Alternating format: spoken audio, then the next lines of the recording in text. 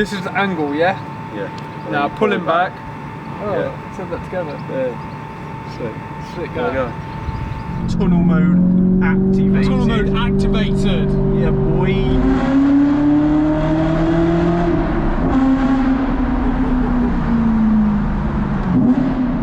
1, 2, skibbity-bidoo, driving around in my E92.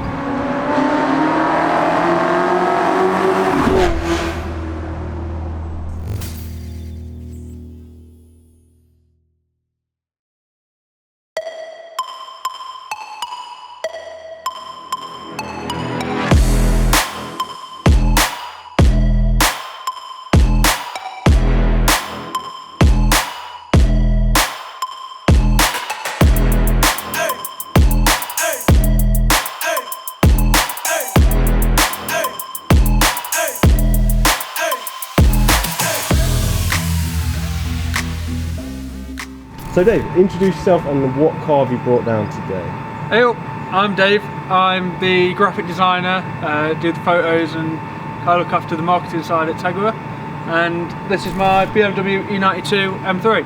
And how long have you been working at Tegiwa for? I've been here 2.5 years now. And have you always been a graphic designer for the most part of your working life? Pretty much, yeah. I can't remember how long I've been a graphic designer now. Too long. Too long. So I started at like IKEA, that was like my first job, and then I worked in the warehouse. Then while I was at university studying graphic design, I ended up doing graphic design for IKEA, and then eventually ended up in this role, which is like, you know, a dream job, working with mint cars every day and looking at cars every day and cars everywhere. So on to cars. Give us a brief rundown on your top cars that you've owned. So other than this, I've had one of the new Fiesta STs, I've had Focus RS, Audi S3, Golf R32. It's all been like hot hatches, and this is kind of my first proper sports car, if you like, as cheesy as that sounds. Yeah. Didn't you win that R32 as well? Yeah, so a few months ago I was a lucky winner on Dream Car giveaways. I won a Volkswagen Golf R32, it's a Mark 5, and it was pretty mint to be honest, but never really been into like bag stuff as such. I kind of just bought the ticket on a whim. When I was working from home, I was like low odds, I was like, I'll have a go on that.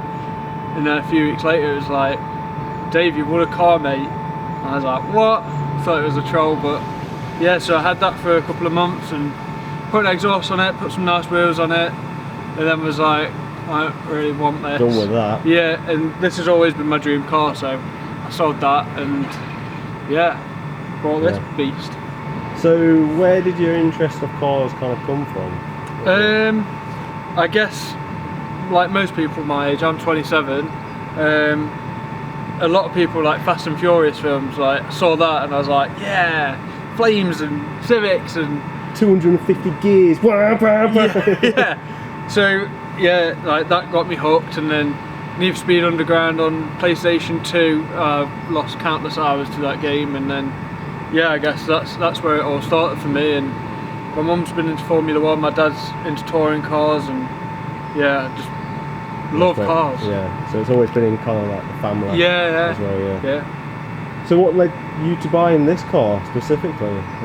Well, it's funny because, like I say, I've always wanted an M3, and it was the E46 originally that I'd always wanted for. And then when the E92 came out, obviously it's got its V8 and stuff, and that was kind of what I thought. I don't think the E46 sounds as good as the E92.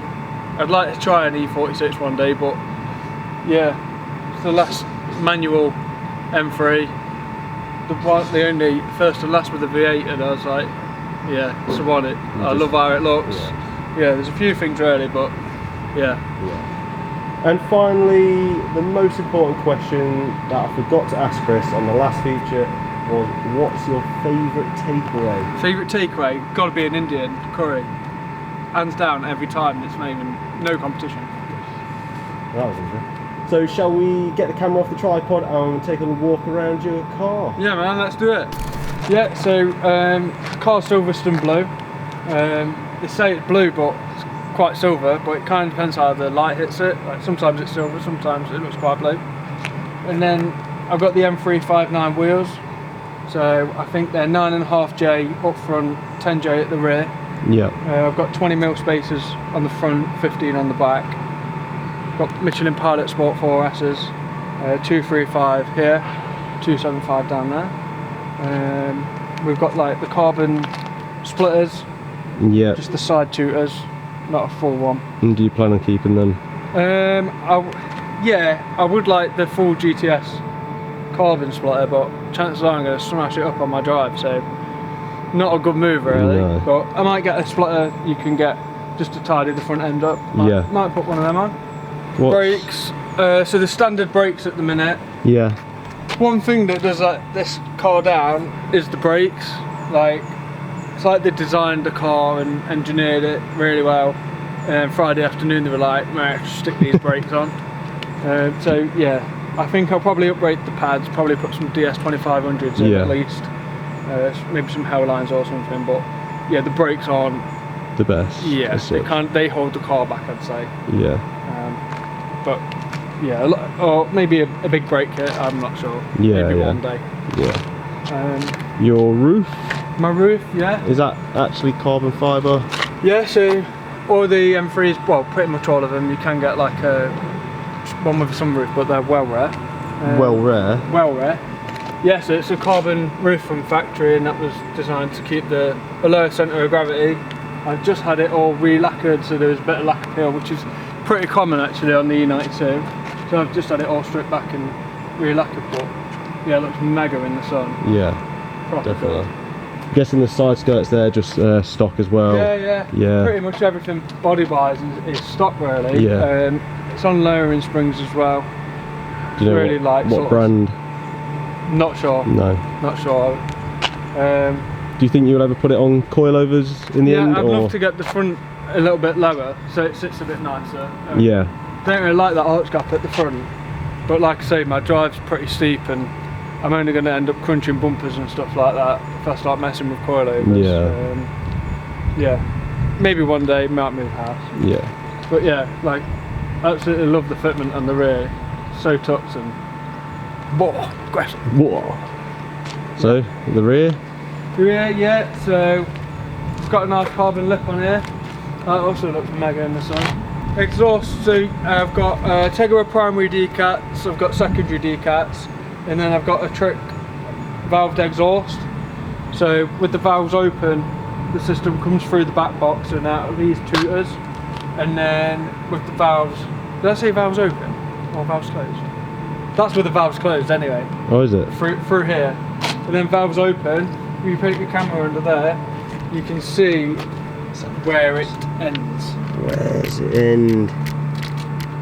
Don't know if we can pick that up. Oh yeah. Oh, that's fancy, that is, isn't it?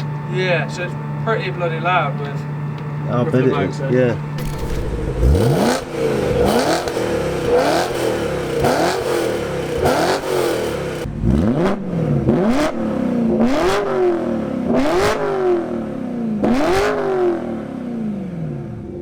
So shall we pop the hood? Yeah. And have a little look at the V8 monster. Yeah, man. Whoa. So it's BMW's S65 engine. It's a 4-litre naturally aspirated V8. Yeah, it's a bit of a beast really. And what power is it running? So BMW quote them as 420 out the factory, but a lot of them never make the claim figures. We put it on the dyno and it made 386, which is, you know, it's pretty average really for one of these. Do you have any future plans to beef it up? Not really. There's not a lot you can do to them in terms of pushing the NA engine. Right. You can get like, you know, your E-Venturi airboxes and your plenums and stuff, but yeah, if people are looking for power in these, it's normally supercharging them, and then you're looking at somewhere within the region of like 600 brake, but it's also like big money to do that. Yeah. I guess I would say like the power delivery of this thing, there's not much going on bottom end.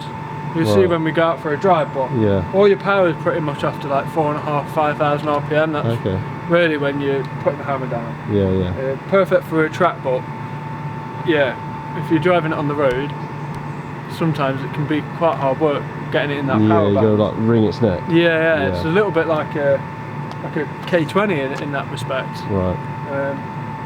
But yeah, like on track, I imagine it's comes into its own while you're always in that power band. Yeah, yeah. Okay, cool. So shall we take a look inside? Yeah, man.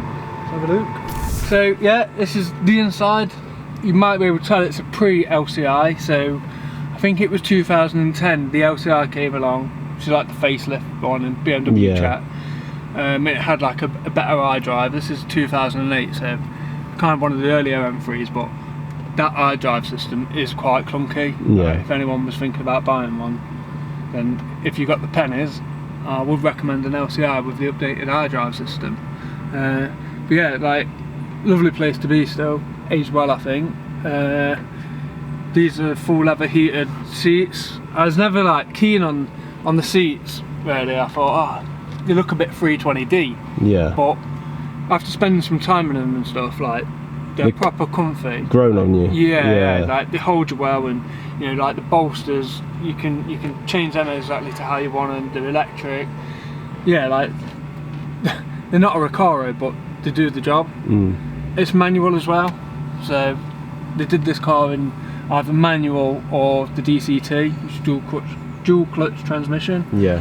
A lot of people are like, oh, get the DCT, like you get the GTS map on them, and like downshifts are mental and this, that and the other, but I only drive the car like once a week if that, so you know, don't really want an auto. I wanted to, you know, be involved when I'm driving it. Yeah. Another cool thing is these.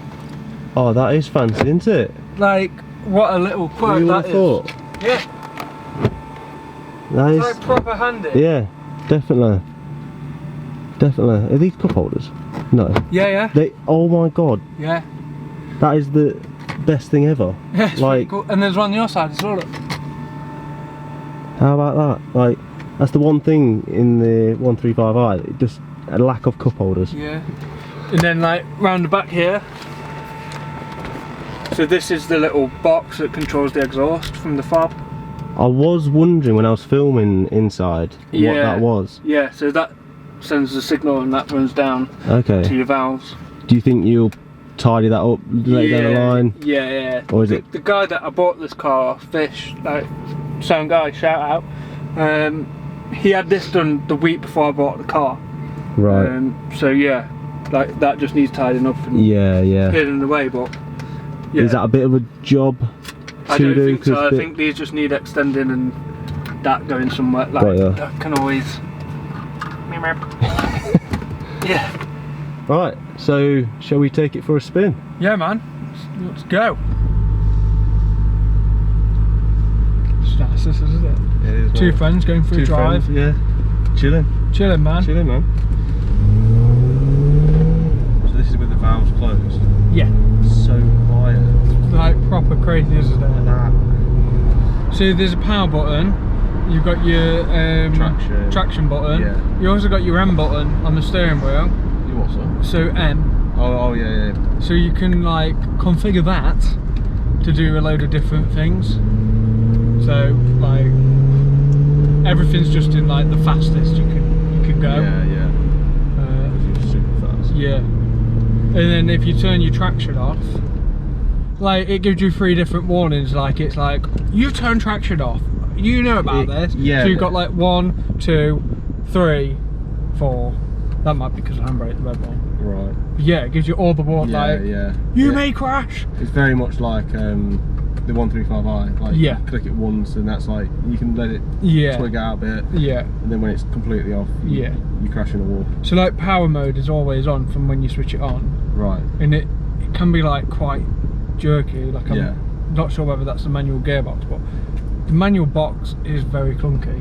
Right. Like, yeah. And it can be quite jerky as well. Like going from a standing start, it's like. Yeah. Have you drove another M3? No. Other than this? No. To like compare it to? No. I just knew that I didn't want like the DCT one. Yeah. Might be a bit naive of me, like it might have been, but I kind of just wanted to be involved with the car a little bit. Yeah. I know you saw it and you were pretty quick on.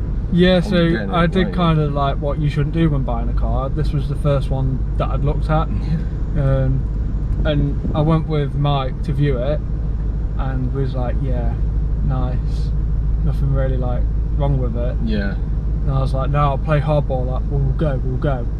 So he's like driving off. We got to like the end of the street, and I was like, shall we go back? I think I'm just going to go buy it. Yeah. I was only fooling myself really. But it was a good buy though, weren't it? It was, yeah. So you haven't had really any issues. No. So like one of the common problems with these is the rod bearings. Yeah. And it's had the rod bearings done. And the throttle actuators as well. They're prone to like going wrong. Yeah. The rod bearings they're expensive. Yeah, it's about £1,000 job, £1,500 job. Yeah. And then the throttle actuators have been done as well. So yeah, like I did originally want individual colour, either the blue or the red. But I do like my silver cars as well. So yeah, it was like those two or a Silverstone blue. Yeah. And this came up. It had the wheels on it, had the exhaust. You know, it looks the part. It had the major jobs done. Ticked pretty much all the boxes. Exactly, and I was like, yeah. You just had to. Sold. Oh, that you mean. Yeah. So with the valves, you can open it whenever. Can't you? Yeah. You don't have to be. So it's like, oh, tunnel coming. Tunnel.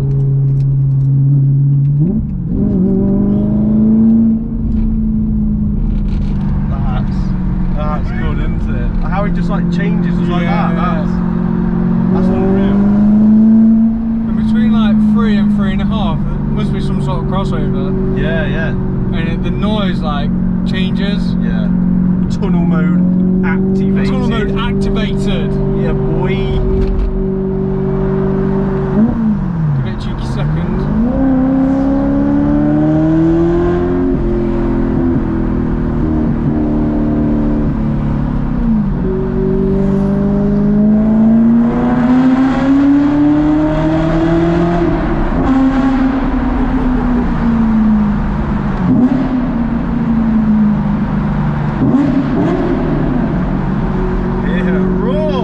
Hey!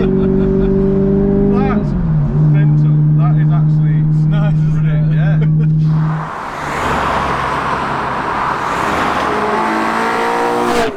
Always cruising at 70, no more. Yeah, it can be like. Look at these. Look at that nugget. American nuggets. That's good. GTA San Andreas, boy. Yo, CJ. True Riders. That is sick. I'm asking for a feature. Get out of this car. It feels proper planted as well. Like some of the other cars I've had, like I had an Astra XR Nürburgring, and you're going into a corner, you think, well, I'm probably going to die at the end of this corner. Whereas this, you can just chuck it into a bend, and you're like, yeah, you can could have gone a little bit faster around there. Yeah, not this exit, next exit. Yeah, boy. FM2 nugget. Oi. Yeah, like you can really rely. Yeah, you like can when you tell. go into that corner. Yeah. Like I think there's a. I watched something and they said there's 80% of the parts on this were designed specifically for the M3. Like it doesn't share them with like the other E92 chassis, like your 320D or whatever. Like, so that's good then, because it's obviously built for performance, like an out-and-out performance car kind of thing. Like I say, a lot of the other cars that we had, like Focus RS. Yeah, there's a lot of difference from your normal Focus, but it is essentially like a Focus with a body kit and a big engine in, whereas you can tell, well, like I'm not the best driver, don't ever claim to be, but you can tell like there's something special about it when you drive it. Definitely.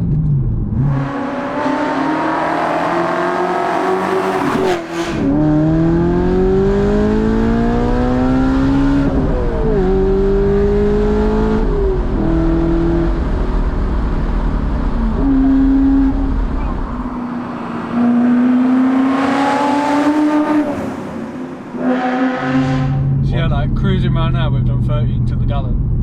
Yeah. And it's £630 a year to tags. It's a lot. It's a bruiser. Yeah. What insurance on them? Is it quite high?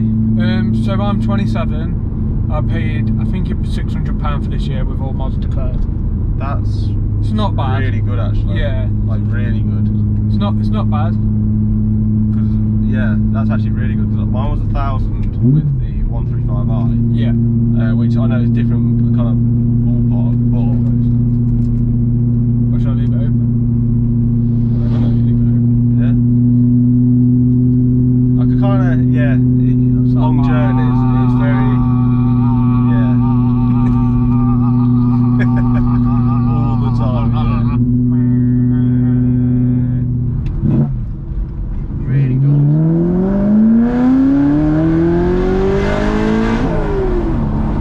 It revs to like, that was another thing I forgot to mention. So the S65, it revs to like 8,200. Right. Which is absolutely nuts, right? Yeah, It's like yeah. Honda World. Honda World. VTEC. Yeah, so like I say, the power comes in at 5. You've still got like 3,000 worth of Yeah. power to give. I see what you mean, like you have to kind of like bring it Yeah. to really feel its true potential. It Like, sounds incredible though, like yeah. up there, like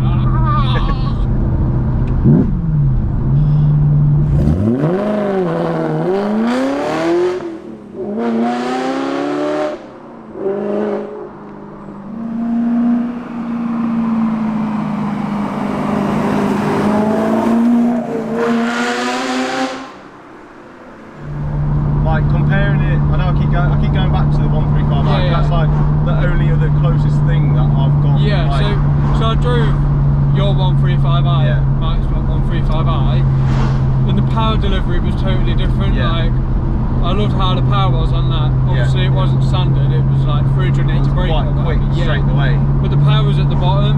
Yeah. Whereas like, you know, sort of 5k on that, Yeah. it drops off. 5k on this, you really just get it going. But I kind of preferred that low end. Yeah. Like the torque as well. It's not got much torque really, like compared to the C63. Like the Yeah. C63 is like another 100 brake, another 200 newton meters of torque. Yeah. So I'm keen to get out in one of them and see how that compares. Yeah, definitely.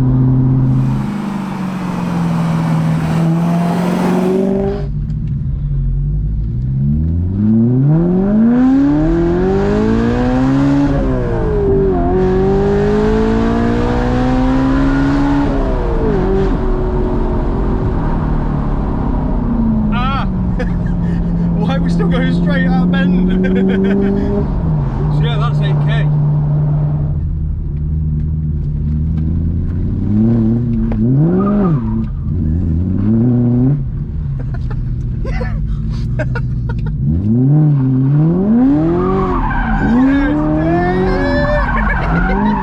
Let's scarf it before the 5-0 come. Mate! Mate, I did not know where I was going. Like a proud dad, even though you're older than me. Right. Is Yeah, it I like think- daily worthy, like... Yeah, it's like it's a lovely place to be. I think like it's a bit of not a GT car, is it? Or is it? But I could easily take this like down to Cornwall or something. Yeah. Providing that I had the money to fuel it. Yeah. Like my best advice for someone buying one of these is if you like financial stability, don't buy an M3. Yeah. If you like spending your money, Yeah. then it's a perfect car for you. If you like being on first name terms with the person in shout, go for it. So right, that wraps up this feature. So thank you, Dave, for bringing your M3 down and spending all your money on the fuel for them drive-bys. No problem. So yeah, we hope you enjoyed it, and I guess I'll see you all in the next one. See you later.